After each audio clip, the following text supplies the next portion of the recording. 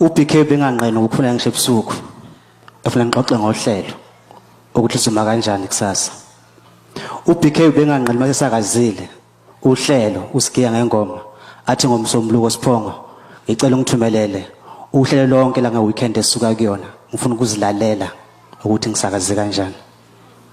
uBeeky ube nobuntu la esikhathini ke impela ke ube ngasigcina.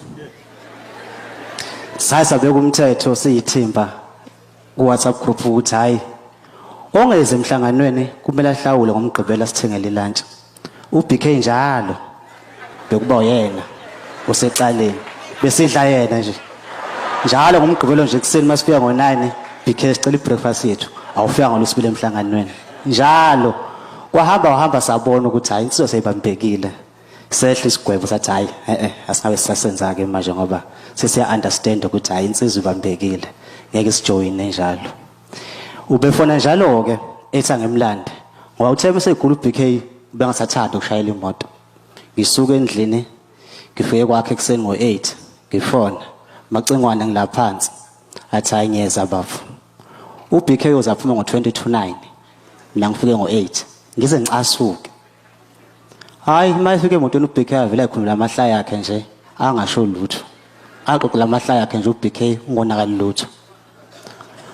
uBeeky usifundisa ukuthi siqine. Ugulile uBeeky phambi kwethu e-studio. Kodwa besiqaphela futhi sifuna ngabona libalaleli ukuthi bezwe ukuthi akusahambi kahle e-studio. Ngibonga ithimba leli ngendlela ba-strong ngakhona. Bekuthi kudlala ingoma kuvele kumbamba uBeeky ukugula. Kudinga ukuthi simnake. Ithi masiyophela ingoma ufuna ngene ubengayele emoyeni kube ngathi akwenzela ngalutho.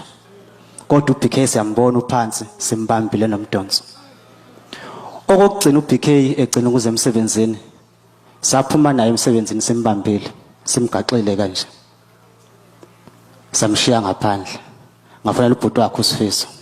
Ngathi hayi lensizwa ibambekile. Wathi hayi kulungile mfowethu. Hamba umshiya endlini kwakhe, samshiya khona. Wafona uBeeky wathi ufuna ukubuya kuze emsebenzini. Ngathi hayi unamanga ke. Awuthi ngibuza uSifiso ukuthi unjani.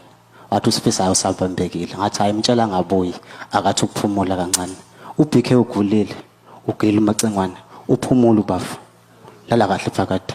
Lala kahle Cuma.